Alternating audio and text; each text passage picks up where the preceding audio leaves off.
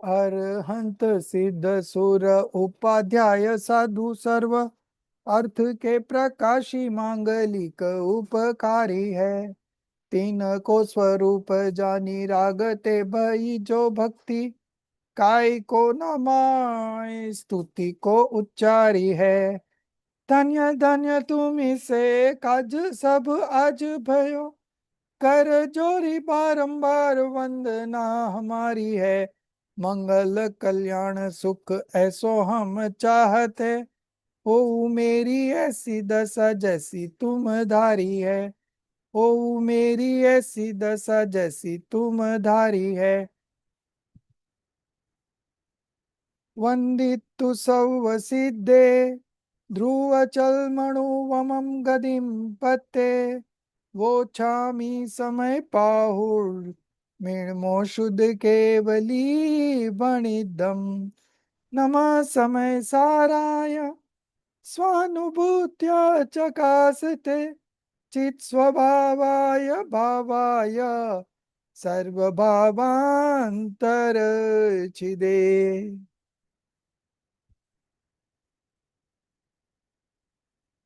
So yesterday we were discussing verse number 14 and we completed the verse number 14.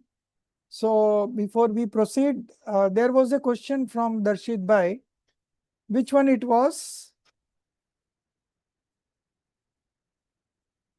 I think it was point number 1.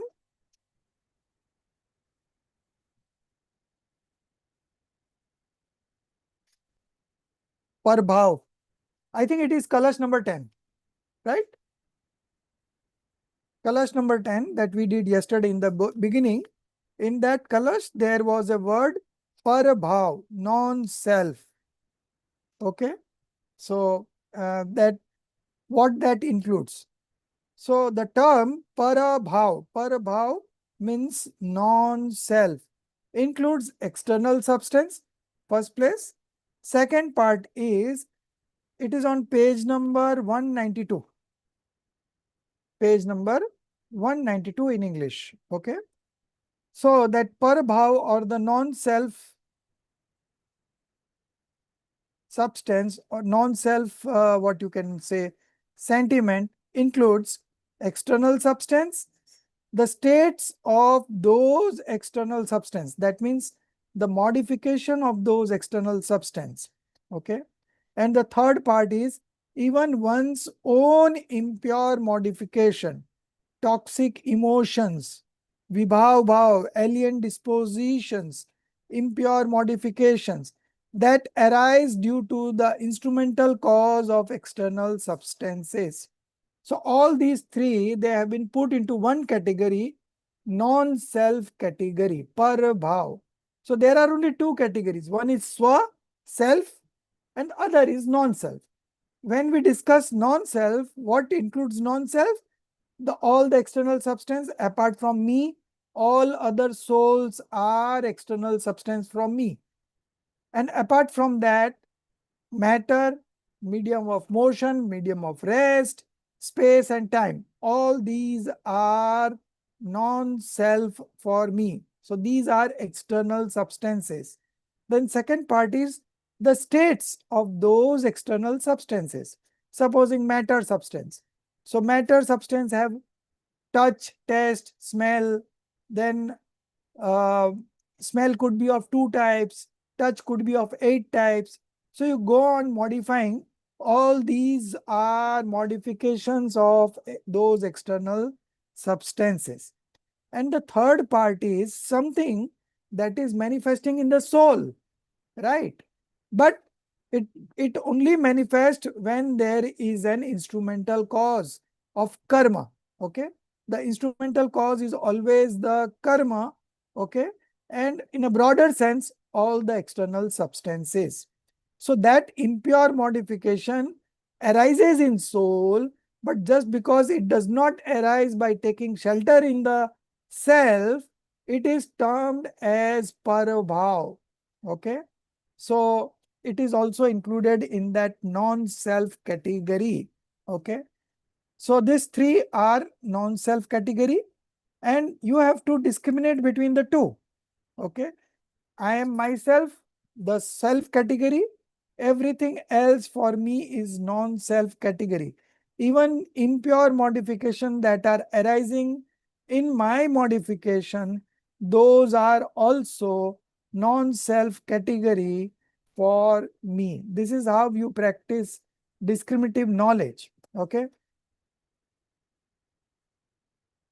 This is because Bhagwan Atma, which is the object of the supremely pure real point, is distinct from all this. So ultimately, they want to show that the pure soul, supreme soul, Bhagwan Atma, is distinct from all these three. That is external substance, states of external substance, and our own impure modification that arise due to the instrumental cause of external substance. So now it is clear, Darshit ji? Okay, so what I wanted to say, I think maybe I can clarify my question a bit better. Yeah. It's to do in particular with number two, Okay. just for the benefit of the class. So when number two says the states, which are the modifications of those external substances, Right. my thought process here was that these states or modifications of those external substances would also include the emotions of other people, Yeah, it can right? include, because So, for me, my soul, apart from my soul, all other souls are non-self for me, right? Now, those souls modification would be number two. but it only becomes number three if we allow those emotions to affect us. Yeah. So that will act as an instrumental cause, and Yes. your impure modification would be your own principal cause, because that impure modification is originating in the soul space. Okay. So that is your modification, and that has arisen just because there is an instrumental cause of the external substance or its modes. It could be anything, right? So when you talk of, in number three, when we talk of impure modifications, is it Yeah. only impure modifications, also pure modifications?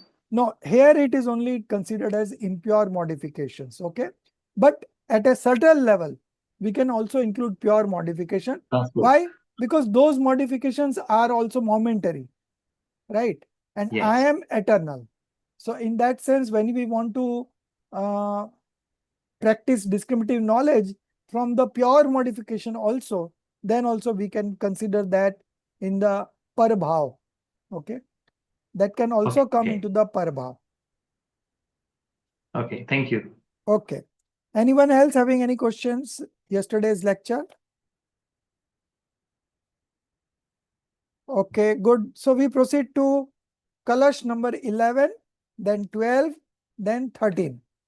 And then, of course, we would be reading the Gatha number 50, but hopefully we will be completing it in the next class, which is on Saturday morning time, 10 o'clock.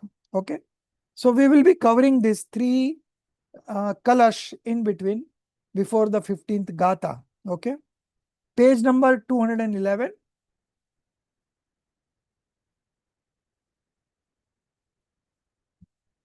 Yeah. Page number 182 of the Hindi book. Yeah, this one. Yeah. Now in the forthcoming Kalash, there is an inspiration. Acharya Amrit Chandra Dev is giving us an inspiration to realize and experience that very Bhagwan Atma. So what Acharya Amrit Chandra has for us is Acharya Amrit Chandra Dev is inspiring us to realize and experience. You have studied enough. Now you realize. Okay. So, Darshiji, you have a business and you open the shop, and from morning to evening you are busy whole day in selling, selling, selling. Okay. So what you are doing is, no, you bought some goods at 100 rupees and you are selling at 100 rupees. Okay.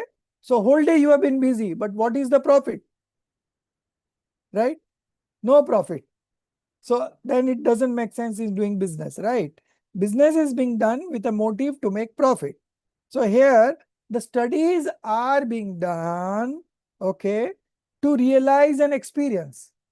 And if you keep on studying, going into subtle details, going very deep, deep, deep, deep, but not realizing and experiencing that very Bhagwan Atma, which is the subject of the Shuddha Nay. Okay. So Acharya Amrit Chandra Dev here inspires us that you experience that Bhagwan Atma. You realize that Bhagwan Atma. Okay. So this is a very inspiring kalash for all of us. I will read the Hindi one and then we will proceed with the explanation. Nahi vidati badada spasta bhavadayomi स्फुटमुप्रीतरन्तोऽप्येत्य यत्र प्रतिष्ठाम् अनुभवतु तमेव दोत्मानं समन्तात् जगत पगत मोहीभूय सम्यक स्वभावम्. Now the Hindi version. पावे न जिसमें प्रतिष्ठा बस तैरते हैं बाह्य में, ये बद स्पष्ट आदि सब जिसके न अंतर भाव में, जो है प्रकाशित चतुर्दिक उस एक आत्म स्वभाव का, है जगत जन तुम नित्य ही निर्मोह हो अनुभव करो. Okay, so now we will read the meaning of this particular kalash, which is on page number 212. These 5 states, which 5 states? The one with that we discussed yesterday in the words number 14.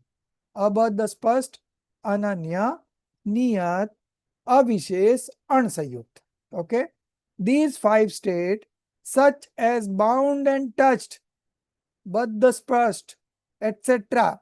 etc. means you have to include all. Do not become established in that intrinsic nature of the soul. Okay. That means the Acharya conveys us that these all 5 kinds of 5 states of different kind of emotions, they do not enter the boundary of the soul. They remain, they float above it only. They don't enter. Okay. So all these 5 states are there. When we see from the modification point of view, all these 5 states are there. It is truth. Okay. But when we see it from the perspective of own nature, swabhav, okay, or from the real point of view, these 5 states are untrue, unreal. Okay. So that was what we discussed in verse number 14. Making that verse as base, Acharya Amritchandra Dev goes on to expand more. Okay. So the 5 states such as bound and touched, etc., do not become established in that intrinsic nature of the Atma.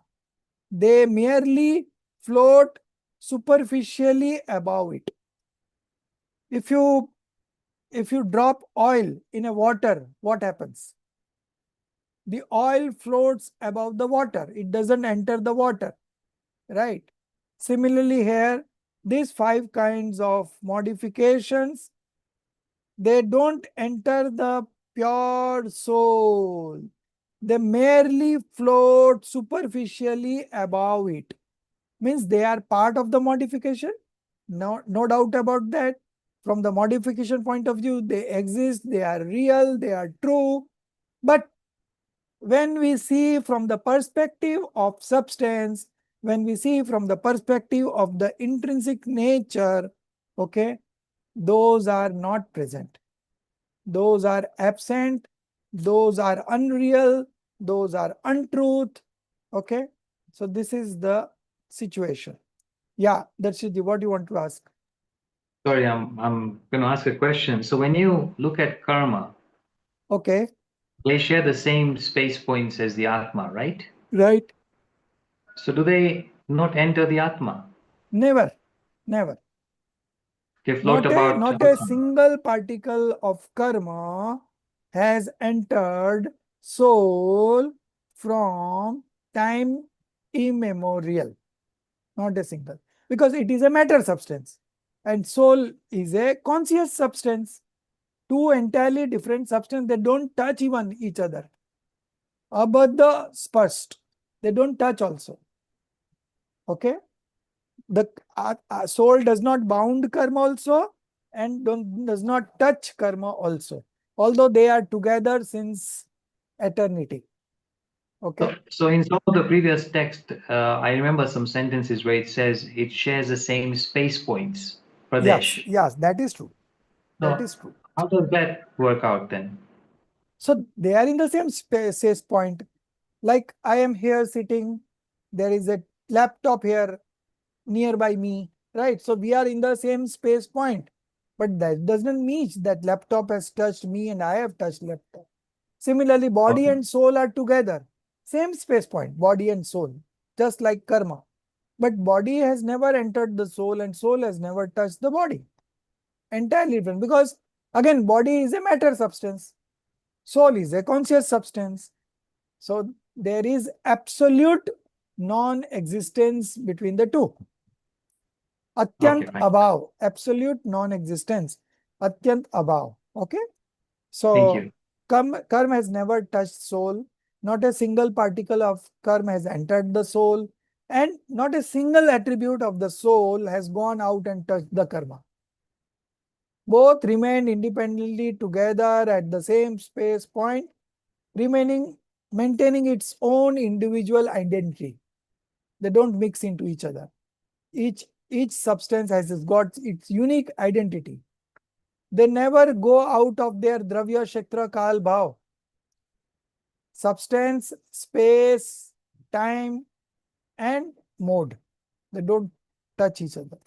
Not a single soul from time immemorial has gone beyond its dravya kshetra kal bhav. They always remain in their limits. Okay. So this is the fact. Okay. Now continuing with the Kalash, that intrinsic nature of the Atma which shines forth from all sides. It's self-illuminating. Okay. That intrinsic nature of the Atma. So the nature of the Atma is to illuminate itself. The soul is always existing and it is always doing the function of knowing. And that's how it is illuminating itself. The intrinsic nature of the Atma shines forth from all sides. That is, which is luminous in all states. Prakashman. Prakashman in all states. O living beings of the world, become free from delusion and experience the true nature of the soul. Samyak Swabhav. Become free from delusion. That condition Acharya Amrit Chandra Dev has set up. First you become free of delusion, then you will be able to experience. Okay. So this is something that we also have to take in mind, that unless and until we get rid of delusion, nothing is going to happen in terms of path of liberation. The path of liberation begins only when you eradicate delusion. So the first target should be to eradicate delusion, and to eradicate delusion, we have to realize ourselves. Okay. Become, oh living beings of the world, जगत के जीवो, मोह से free हो जाओ, मोह का नाश कर दो, become free from delusion and experience the true nature of the Atma. experience, realize. Acharya Dev is motivating us that become free from delusion and experience the true nature of the soul. There is nothing like it in this universe than with the experience of the pure soul, because it gives us true happiness. We are able to experience true happiness. And that kind of happiness we have never experienced in all the sensual pleasures that we have experienced. So it is something unique we have never done. And Acharya Dev is motivating us that you realize that self. There cannot be anything between you and the experience, right? If only you choose not to experience, will not be able to experience. And if you choose that I want to experience myself, I want to realize myself, then you will always find ways to realize yourself. Okay. At least you can get into that path wherein in future you are confident that I'll be experiencing myself, and then I'll be proceeding towards omniscience knowledge, and then I will get liberated. The whole blueprint is in front of you. Okay. On one hand, you have to practice descriptive knowledge and realize the self. On the other hand, you keep on transmigrating, you keep on switching in the non-self state. You will never find happiness over there because there is no happiness in that. Okay. Happiness attributes is an attribute of the soul and it lies within. When you take shelter of the soul, that attributes gets manifested. Okay. So to manifest that attribute also, you have to take shelter of the pure soul. So Acharya Dev is motivating us that become free from delusion and experience the true nature of the Atma. Okay. Okay. So now, Jin Priyaji, you read. Jin Priyaji was there, no? Yeah, she was, but I think she's left the class. Okay. So Rajeshri ji read.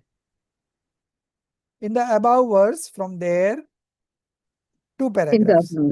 in the above verse, inspiration has been given to experience the true intrinsic nature of the Atma, which is the object of the Shuddha, which is free from the five states such as bound and touch, and which shines in all its states. It is also stated that apart from the Bhagwan Atma, which is the object of the Shuddha, the five states such as Bada Spashta, Baddha Baddha Spashta, are different from it. Therefore, break the delusion of identifying with them and abandon the notion of considering them as one's own. Since in experience of all the inwardly directed modes of the attribute, such as Shraddha, Gyan, and Charitra are included. Therefore, the purport of experiencing here is this: known only that Bhagwan Atma, which is the subject of the Shuddha, establish your sense of belonging only in it, become steady in it, absorbed in it, rooted in it, delighted in it, merged in it, meditate upon it, and make it alone the object of your meditation. This alone is the one and only task worthy of being done. This indeed is true dharma, and this is the path of liberation, mukti marg. And this is also the means of attaining supreme bliss. Stop. So two paragraphs. So this is an explanation of that same verse. In the above verse, inspiration has been given to experience. Again, experience the true intrinsic nature of the soul, which is the object of the Shuddhana, which is free from the five states such as bound and touched, etc., and which shines in all its states. It is always illuminating. It is always self-illuminating. Okay. Such is the nature of our soul. Okay. We are self-illuminating always. We don't need another lamp to illuminate us, right? We are self-illuminating.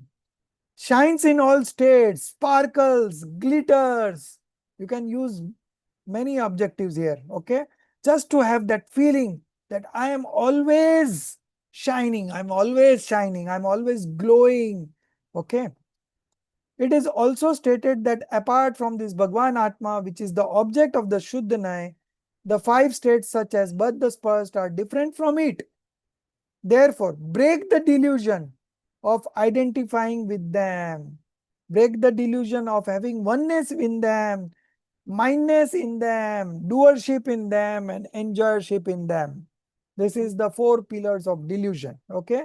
So break that delusion of identifying with them and abandon the notion of considering them as one's own. Since in experience, all the inwardly directed modes of the attributes such as Shraddha, Gyan, belief, knowledge, and conduct are included. Therefore, the purport of experiencing here is this: know only that Bhagwan Atma, which is the subject of the Shuddhanay. Establish your sense of belonging only in it. So this is belief. The first one was knowledge and the third one is conduct. Become steady in it, absorbed in it, rooted in it, delighted in it, merged in it, meditate upon it, and make it alone the object of your meditation. So this is all from the conduct perspective. Okay. So only one thing is to be done. The rest, there is nothing to be done in this universe. This alone is the one and only task worthy of being done. This indeed is true dharma. This is the path to liberation. And this is also the meaning of attaining supreme bliss. Okay. Param Sukh. Then Banarsidas ji, we can always read 1 and 2 paragraphs of Banarsidas ji. Priyanka, you read.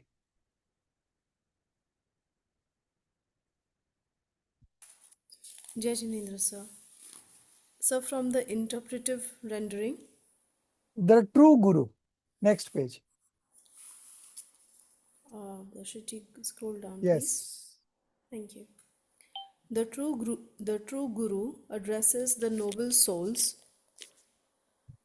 saying, break at once the prison of delusion, that is, of false belief. Grasp the real nature of the substance. Attain right belief, for it is a pure transformation of your own attribute of faith. Having realized the pure soul, engage in the experience of it and rejoice in its play. The non-living material substances and the states of attachment, etc., and the like have no relation or connection with you, for they are insentient in their manifest form, while you are the conscious element hidden within. You and they are entirely distinct from one another, just as water and oil are distinct and ever remain apart. Now, in the following 12th Kalash, it is stated that this very Bhagwan Atma, which is the subject of the Shuddhanay, is himself the supreme among the gods. The original Kalash is as follows. Stop. So this word, himself the supreme among the gods.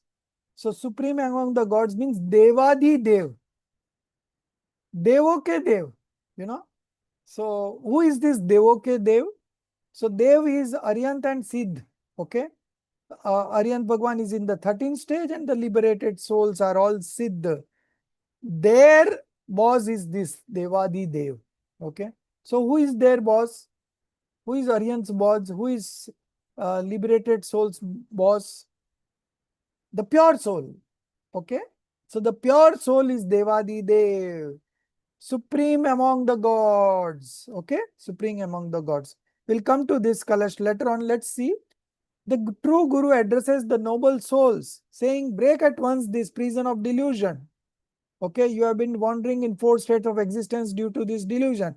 Break at once this prison of delusion. That is of false belief, mithyatva. Grasp the real nature of the substance. Attain the right belief, for it is the pure transformation of your own attribute of faith.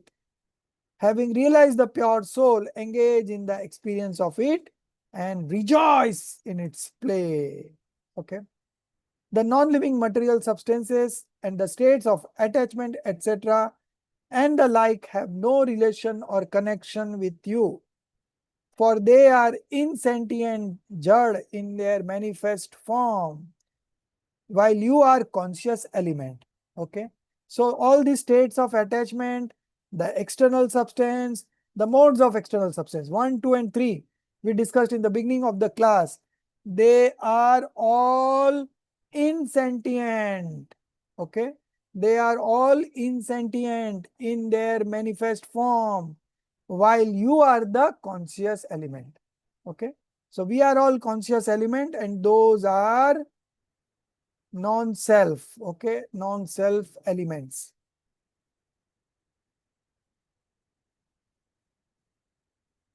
For they are insentient in their manifest form, while you are the conscious element hidden within.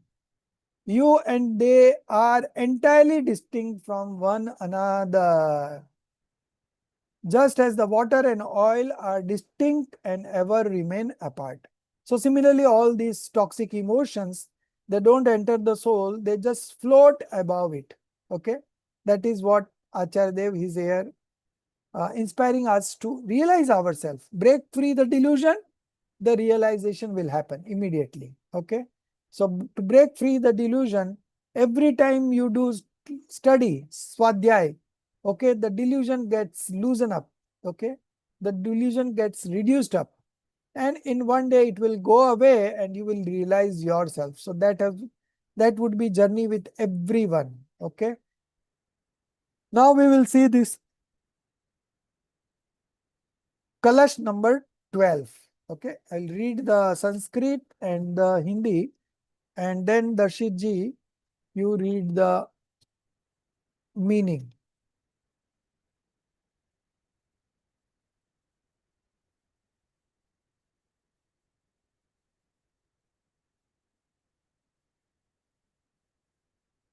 Twelve. Okay.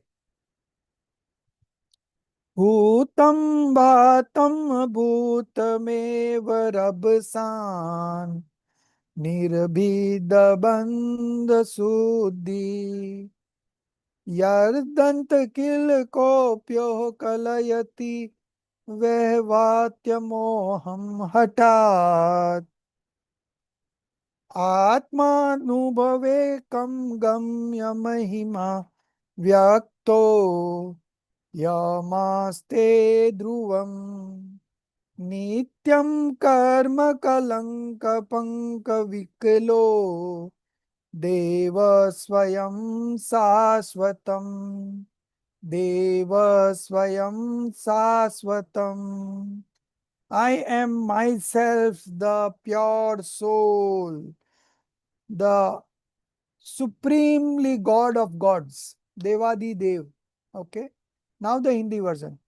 अपने बल से मोह नाश कर भूत भविष्यत वर्तमान के कर्म बंध से बिन लके बुद्ध. बुद्ध means wise, ज्ञानी, enlightened one.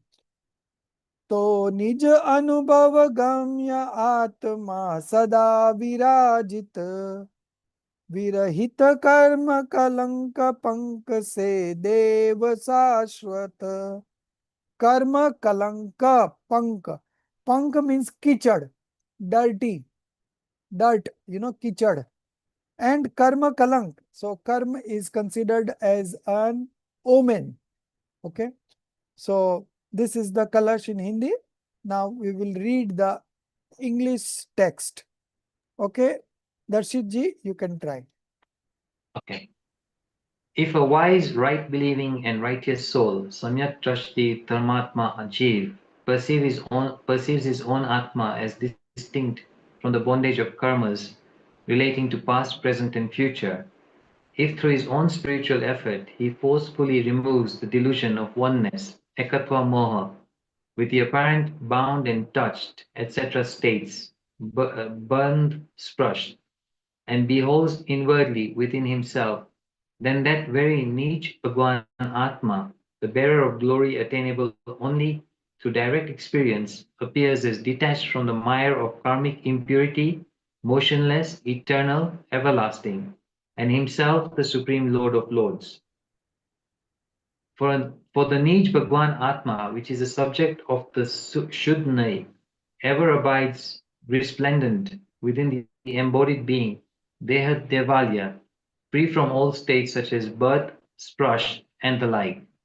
The interpretative rendering of this Kalash in the Natak Samaysaar has been presented as follows. Straightway meaning. Okay. If a wise person beholds the Atma residing within the temple of the body and contemplates through the vision of discriminative knowledge, Vedjnan Drashti, upon the true nature of substance, then realizing the soul that has been soaked in the sweetness of delusion, extending over past, present, and future, and that revels in bondage, he by tearing asunder that bondage and removing delusion As under.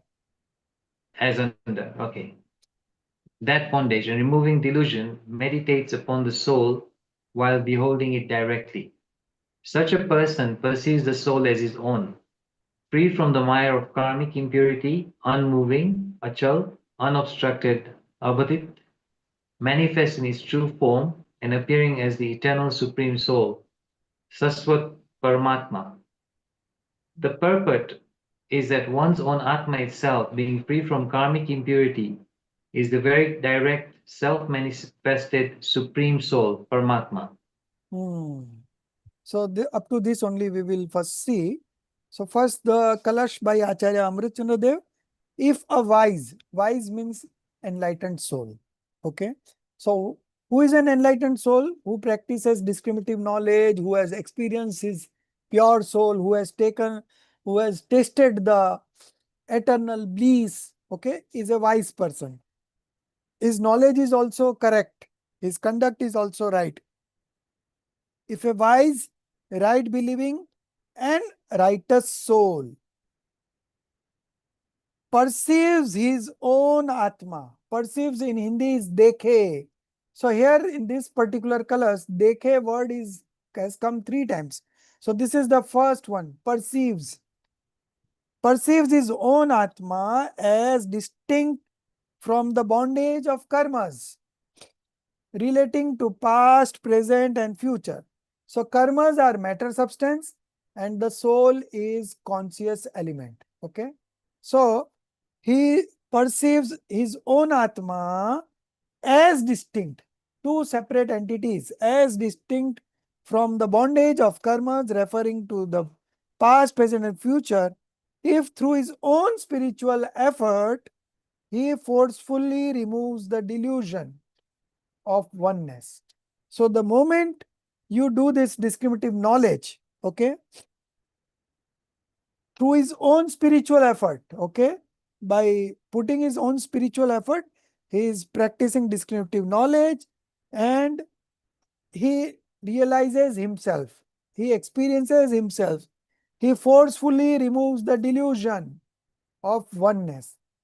Delusion is not only of oneness, but oneness, mindness, doership and enjoyership, okay, with the apparent bound and touch, etc. These 5 states, okay. But the spashta, these are the 5 states. And beholds. So behold is also dekhe. Okay. Beholds means to see, observe. So second time word dekhe is coming. And beholds inwardly within himself. Andarang mein dekhe, antarang mein dekhe. Inwardly within himself. Then that very Nij Bhagwan Atma, pure self soul, the bearer of glory, attainable only through direct experience, appears. Again appears means dikhai de. Okay. Appears. So 3 times the word appears is coming. First one was perceives, second one was behold, and the third one is appears. So in English, it is different words. But if you read the Hindi text, everywhere is dekhe, dekhe, dekhe. That means to see. Appears as detached from the mire of karmic impurity. what is mire? Wet, muddy area is called mire. Okay. So karmic impurity, mire of karmic impurity, detached from the mire of karmic impurity. Then motionless, nischal, steady, absolute steady, no fluctuations. Okay. Motionless, steady. Okay. Nischal. Then eternal, nitya, always existing, always existing. Everlasting, Sashwat, and himself the Supreme Lord of Lords, Devadi Dev, Karan Paramatma. Okay, Devadi Dev is nothing but Karan Paramatma. For the Nij Bhagwan Atma, which is the subject of the Shuddhanai, ever abides resplendent within the embodied being Dehedeval, free from all states such as birth, the spurst and the like. Okay, free from all the states like birth, the spurst and the like. So our own pure soul is being referred to here as Supreme Lord of Lords, Devadi Dev. So who are the lords? Aryant and the liberated soul are the lords. And how they have become that state? By taking shelter in their pure self, which is Karan Paramatma. Okay. So our pure soul is only Devadi Dev. And all these adjectives, motionless, eternal, everlasting, are all used for that pure soul. Subject of Shuddha Nay, subject of Param Shuddha Nischay Nay, supreme real point of view. Okay. Lord of Lords. For the Nij Bhagwan Atma, which is the subject of the Shuddhanai, ever abides resplendent within the embodied being. Okay. Although I am contained within this physical body, okay, but I am free from all states such as Buddha Spurst, bound and touch, and the like, all the five. Okay. So the pure soul is, although embodied it within the body, but it is still distinct from that body and free from all the five states that are only seen when you look from the modification point of view. But when you look from the substance point of view, these five are not there. These are untrue, okay, unreal. Now the Kalash.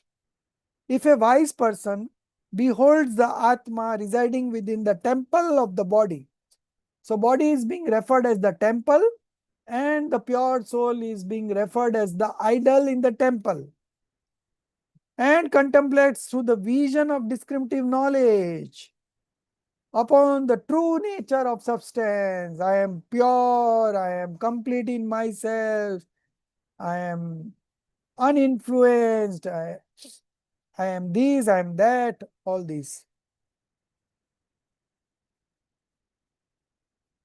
If a wise person beholds the Atma residing within the temple of the body and contemplates through the vision of discriminative knowledge upon the true nature of substance, then realizing the soul that has been soaked in the sweetness of delusion, extending over past, present, and future, and that revels in bondage, he, by tearing as under that bondage and removing delusion, meditates upon the soul while beholding it directly.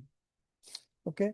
Such a person perceives the soul as his own, free from the mire of karmic impurity, unmoving, unobstructed, manifest in its true form, and appearing as the external supreme soul.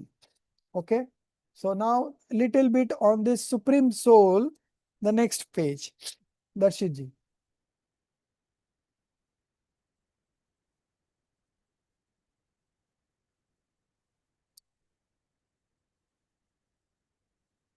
There are two kinds of first line.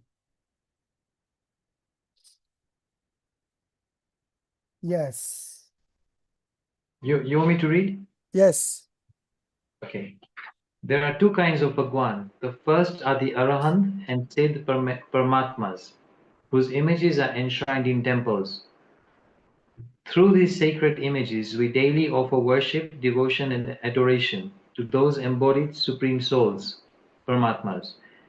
Through such worship, we resolve to tread the very path they walked upon and cultivate the inner contemplation of walking that path. These Arahants and Siddhas are called the Karya Paramatmas, the realized or accomplished supreme souls. The second kind is the Nij Bhagwan Atma, who, abiding within the temple of the body and being the subject of the Shuddhai, is also the supreme soul, Paramatma. He indeed is Bhagwan and is called the Karan Paramatma, causal supreme soul.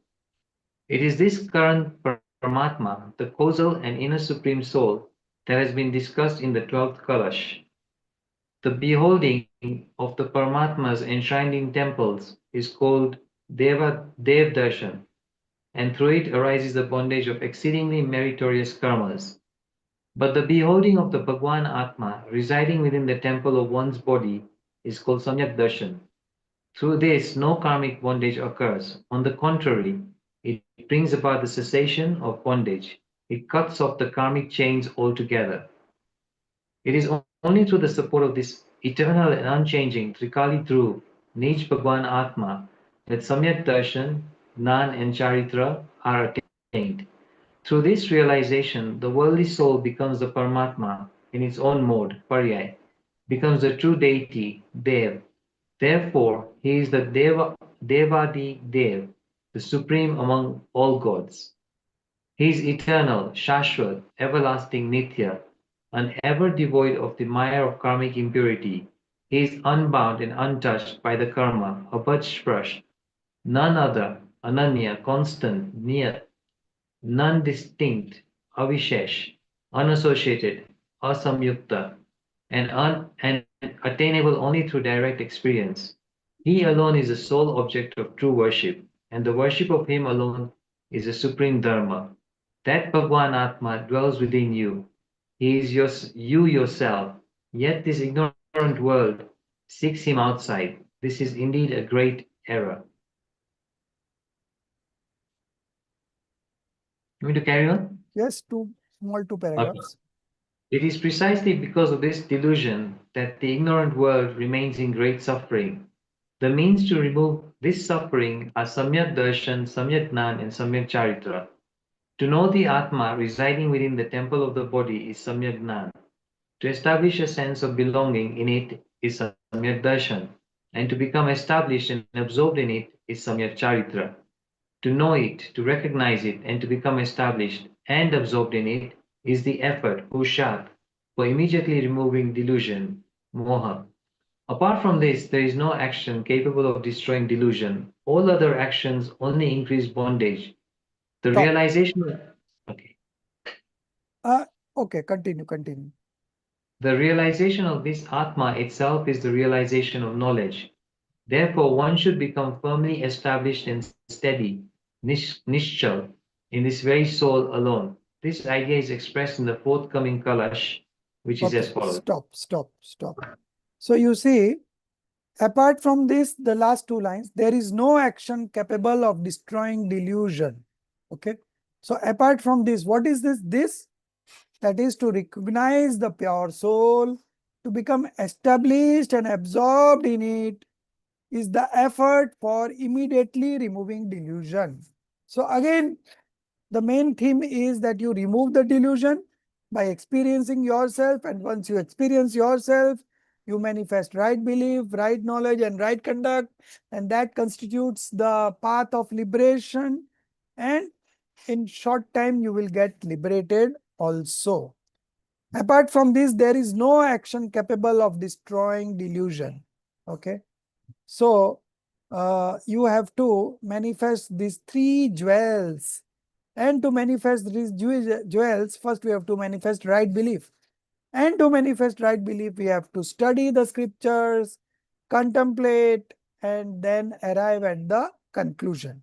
So this is how we move towards the self-realization of the pure soul. So in this particular Kalash, the pure soul has been referred to as the Lord of the Lords. Okay, because those Aryant and Siddh, they have become just because they have taken shelter of their pure self. Okay, so this is what we should advocate each and everyone, share with each and everyone. Okay, that we are the gods. Okay, we are the God, and through us only all these things in the path of liberation will happen. Okay. Now moving on to the Kalash number 13. Okay, 11, 12 and 13. This is the last Kalash that we are looking at. And then of course Gatha number 15 that we are going to discuss in the next class, that is on Saturday 10 o'clock in the morning India time. Okay. For now, Kalash number 13. First I will read the Sanskrit and the Hindi. Okay. And then we can read the meaning. Yes. आत्मानुभूतिरिति शुद्धनयात्मिकाया ज्ञानानुभूतिरियमेव किलेति बुद्ध्वा आत्मनमात्मनि निवेश सुनिष्प्रकम्प मे कोस्ति नित्यमवबोधधन समन्तात. हिंदी. शुद्ध नयातम आत्मा की अनुभूति कही जो, वह ही है ज्ञानानुभूति तुम यही जान कर. आत्मा में आत्मा को निश्चल स्थापित करके सर्व और से एक ज्ञान घन आत्मा निरखो. So in the first two lines it says that the realization of the pure self, the pure soul, it itself is the realization of the knowledge, because knowledge and the soul, they are from the non-differentiated angle, they are one. From non-differentiated angle, the knowledge and the soul are one. Okay. So that is what is being referred here. Let's see the English meaning. Okay. Sashikala ji, you read. Yes, sir. Thus, the experience of the Atma in the form of the Suddhanaya is, in reality, the experience of knowledge, jnana itself. Knowing this and firmly establishing the Atma within the Atma in an unmoving manner, Nishala. One should always see and know this Atma, which is solid mass of knowledge, Jnana Ghana Pinda, and eternal, Nitya. The interpretative rendering of this Kalasha by the eminent poet Pandit Banaras Ji in Natak Samaysaar is as follows. Thus, the experience of the Atma as the nature of the Suddhanaya is in reality the experience of knowledge, jnana itself. Having known this and having established the Atma steadily within the Atma, one should always see and know this Atma, which is a solid mass of knowledge and eternal. The interpretative rendering of this Kalasha by eminent poet Pandit Banaradas Ji in Natak Samaysar is as follows. Again, it is repeated, I think. The experience of Atma is the object of the Suddhanaya, is itself the experience of knowledge, jnana. It is the splendor of knowledge, vijnana vibhuti. When the nature of reality is examined, the experience of the Atma and the experience of knowledge are both one and the same. The difference between them is merely in name. Thus, when one always experiences oneself in eternity and performs meditation on the Atma, then one attains the pure nature preceded by the absence of impure state of modification, a Suddha Vibhava Dasha. Shall I continue? Yes. Here, the Jnana and the Atma have been regarded as one and the same. Therefore, the experience of the Atma has been described as the experience of Jnana. Jnana is an attribute of Atma, and Atma is substance possessing that attribute, guni, that is Dravya. Considering the attribute and the possessor of the attribute, guna guni, as non-different, that is abeda. The experience of the Atma has been termed the experience of Jnana. The attribute of Jnana is defining characteristic, lakshana of the soul substance, Atma Dravya. The Atma is recognized only through the attribute of Jnana. Therefore, by reason of the identity of the characteristics and the characterized, Lakshaya Lakshana Abeda, there is no difference. Jnana is it also called the Atma. The experience of Bhagavan Atma, which is subject of the Suddhanaya, is called the experience of the Atma. For this reason, the experience of the Atma has here been described as belonging to the nature of the Suddhanaya. The Suddhanaya and the Bhagavan Atma that form its subject have already been discussed in detail. Therefore, there is no need to elaborate upon them further here. The Kalasha serves as the introductory or preparatory stanza for the forthcoming Gatha. The next Gatha, the experience of the Atma, Atmanubhuti, is described as the very experience encompassing the entire teaching of the Jinas. Therefore, in this Kalasha also, the exhortation is towards self-experience, Atmanubhuti. In essence, this Kalasha is verse of inspiration and encouragement. It is distinct feature of Acharya Amritchandra that in his commentary, he unfolds the inner essence of each Gatha, establishes purport through reasoning and logic, and makes it fully comprehensible to readers through illustrative example. Through the Kalasha, he then inspires the readers to bring the very teaching into the practice within life. For this reason, there remains little need for extensive explanation in the Kalasha interpretations. For whether whatever he insists to convey, he has already expressed in the commentary. In the Kalasha, he merely guides the reader to delve deeper into the experimental depth of that same truth. Experiential depth. Experiential. Experiential depth, correct. Yes, not experience, correct. Sorry. While composing the Tika, Acharya Amritchandra's intellectual faculty remains fully alert, and in the Kalashas, his heart begins to surge with a devotional feeling.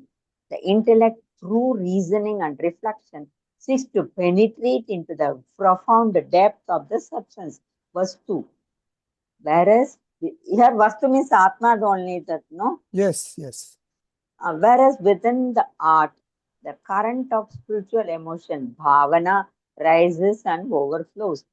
This is why in his prose commentaries, there is a deep analytical inquiry, mimamsa, into the essence of reality, tattva, while from his kalasha emanates a pure, soul-stirring inspiration that touches every heart.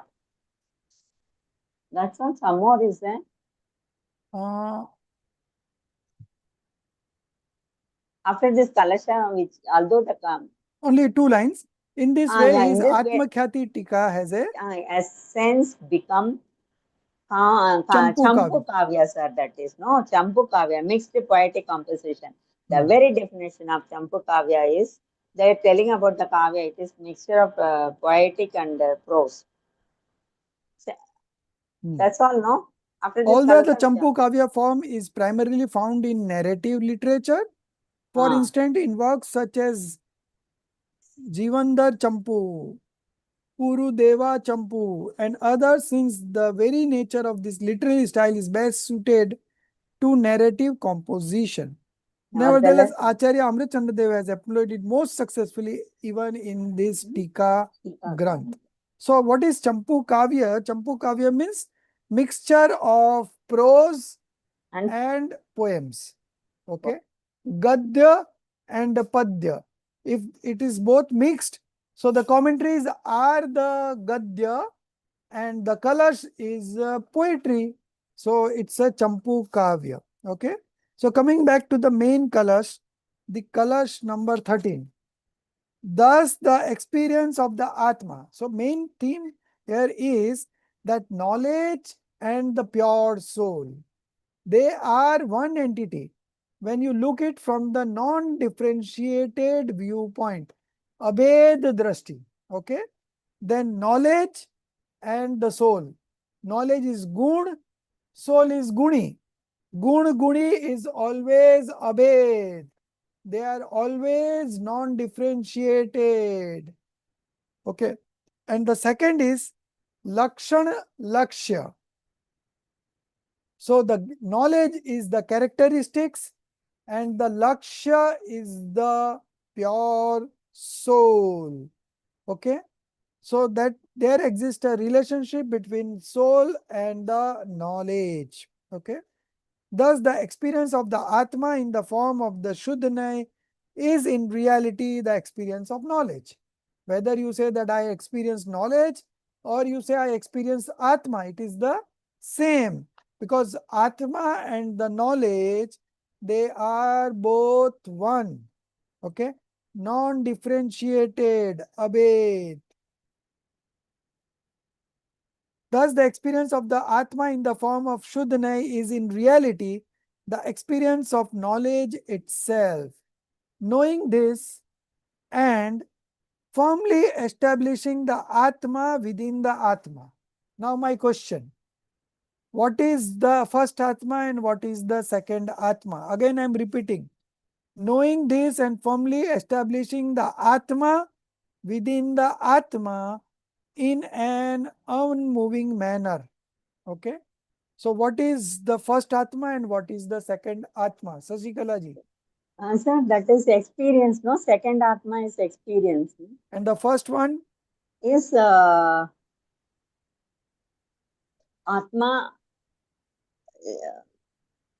that you are in the Atma is, in the meditation, you are experiencing the same Atma, no?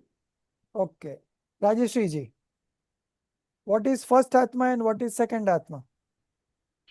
No, sir, I will not be able to answer. I don't know. Just try. No, sir. Not very difficult. Not very difficult. Okay. Priyanka, you would like to try?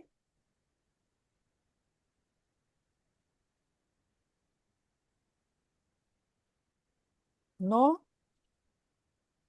Darshit ji, last. Okay, so the first Atma is the knowledge, and the second Atma is the experience. Knowing this and firmly establishing the Atma within Atma. So the first Atma is the substance, the pure soul. And within the Atma, the second Atma is the modification. Okay. Knowing this and firmly establishing the Atma, that is the pure soul, within the Atma. Within the Atma means the modification. Okay. So just now in the above line we said, no, that the knowledge and the pure soul are one. They are non-differentiated, Abhed. So from the perspective of non-differentiation, soul and knowledge is the same. There is no difference, okay? Similarly, in the second line, knowing this and firmly establishing the Atma, that is the pure soul substance, within the Atma, that is the modification, in an unmoving manner, Nischal, one should always see and know this Atma, which is a solid mass of knowledge. Gyan Ghan Pind. Okay. Pind is mass. Ghan is mass. And solid, no. Mass is Pind. Knowledge is Gyan. And Ghan is solid. So ghan is means the one who has got length, breadth and height. Okay, three-dimensional thing. Okay, that is called solid. So it is so solid that nothing can enter it. If anything comes and try to enter that solid mass, it gets defragmented. Okay, but nothing happens to this solid mass. So our pure soul is a solid mass of knowledge and eternal, nitya. There is no beginning, no end. It is always eternal. Okay. So in this particular verse, the non-differentiated viewpoint is highlighted. From the non-differentiated viewpoint, Abhed Vivaksha say, Gun, Guni, Lakshan, Lakshya, these are all one and the same. One and the same. Sir, sorry to disturb you. You said Yes. now first Atma is Dravya, second one is modification, means that is experiencing, no? Yeah. So knowing this and firmly establishing the Atma. So where you are going to realize this Atma? In the modification only, right? Uh, So that Atma within the Atma. So second Atma is the modification. Okay. modification means Paryay. in that experiencing that one, how to take it? See, the experience happens in the modification. It doesn't happen in Ah, the substance. Okay. yes, yes. Now, once you establish the pure soul, the dravya, into the modification in an unmoving manner, nischal, one should always see and know this Atma, which is a solid mass of knowledge. So you are creating an object in the present modification. What is that object? The pure soul. By referring with different names and adjectives, you are creating an image of the pure soul in your present modification. Okay. And when the self-realization happens, that modification will dissolve in the pure soul and the realization will happen. That's all. Okay. So from the perspective of non-differentiated viewpoint, the soul and the knowledge are the same. The soul and the knowledge are the same. The characteristics and the object are the same. Okay. Gun, Guni, Lakshan, Lakshya. These are all same and one. So this is Kalash number 13. Okay. Now we are going to start verse number 15. Okay. So we will read the verse, we will not see the explanation, but the reading part we will at least complete. So in the next class, we can have an elaborate discussion on this based on the chart that we shared yesterday. Hopefully, I'll get the English version by that. I'll try to get it. So we will refer that chart also because in the first line, or the 5 adjectives that were used in the verse number 14, they have been repeated here. Okay. So let's read the Gatha, and then the Harigit is missing here. Okay. Harigit is missing, but then we will read the meaning.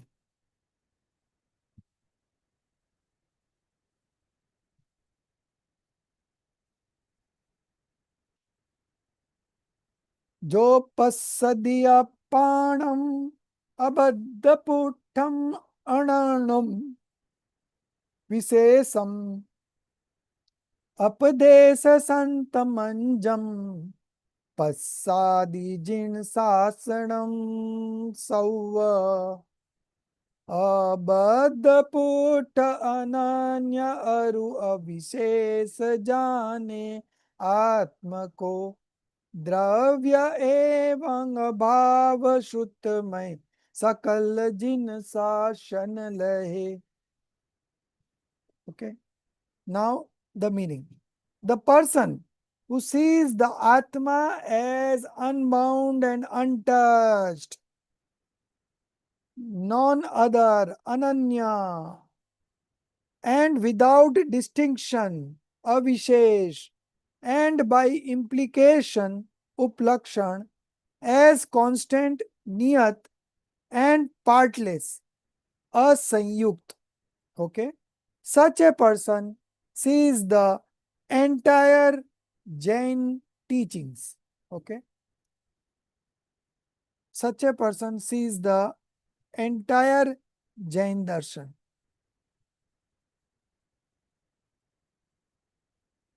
So the one who sees the soul from these 5 states, okay, he realizes the pure soul and he sees the entire Jain teachings, whatever in terms of preaching that we have, he has seen the entire Jain teachings. That means he has studied everything. The one who is realizes himself has studied all the scriptures, although he may not have read any of the scriptures.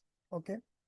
That Jin Sashan is constituted of external scriptural knowledge and internal knowledge in the form of experiential scriptural cognition. Okay. So Dravya Shut and Bhav Shrut. So the Jinvani is Dravya Shut and the Bhav Shrut is the Shuddhopyog, self-realized state. Okay. So this is the main verse number 15, and attached to that is the commentary on page number 223, last line. Darshidji, you read 223. Priyanka, you read. Darshidji has read already read 2 times. So Priyanka, you read. Last line of page number 223. So from the essential purport, No, next line. The purport of this gatha is thus clarified. the purport of this gatha is thus clarified in the Atma Khyati, that is a self-commentary. The experience of the Atma, which is of the nature of these 5 states, Abad Sparsht, Ananya, Niyata, Avises, and Asamyukt, is indeed the experience of the entire Jin Sasan. For Shuddh Gyan itself is the Atma. Therefore, the experience of knowledge is none other than the experience of the Atma.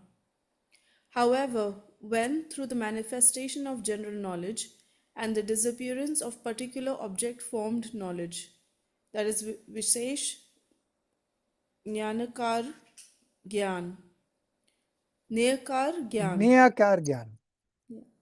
the experience of knowledge alone is attained. Then knowledge becomes manifest in direct experience.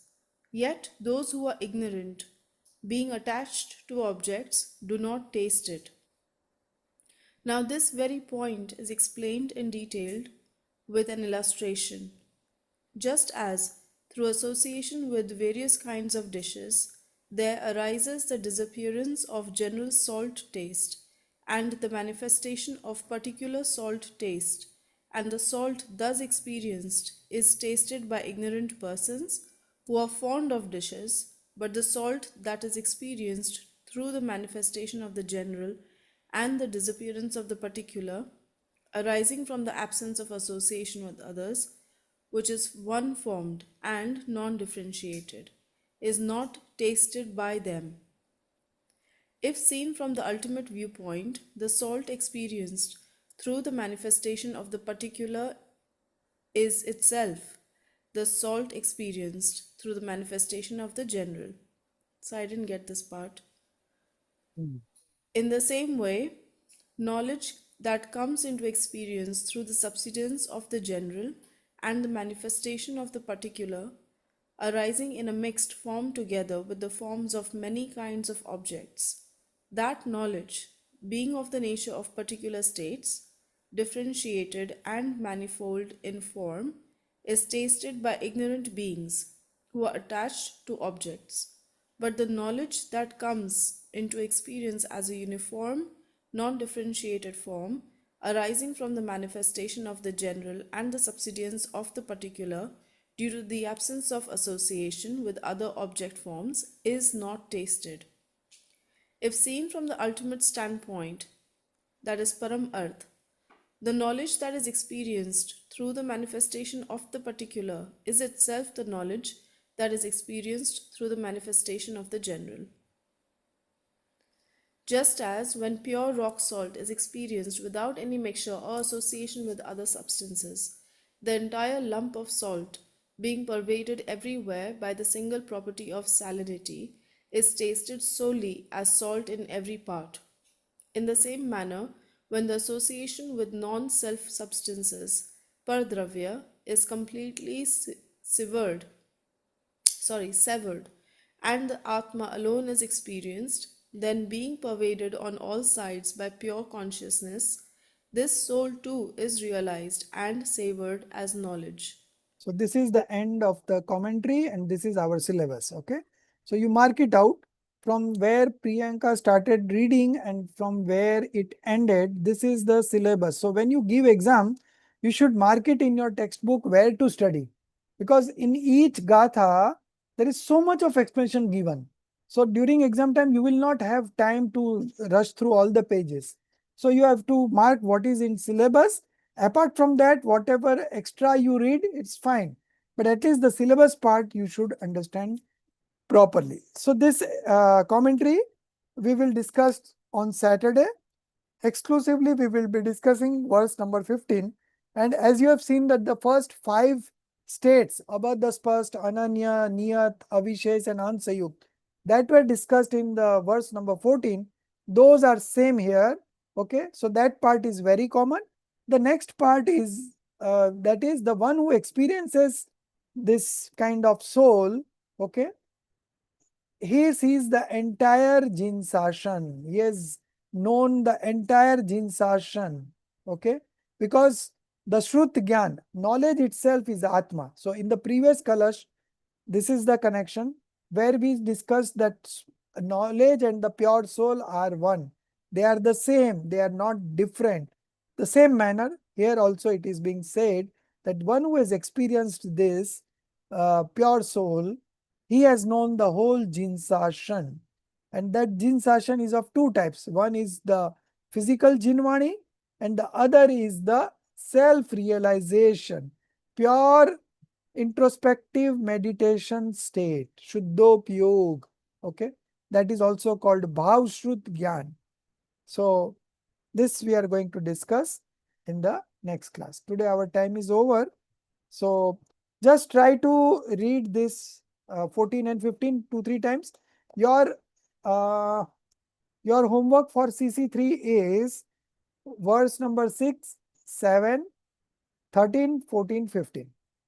Through these 5 verses, 6, 7, 13, 14, 15, you have to carve out the object of vision. What is the object of vision? That you have to find out from these 5 verses. Okay.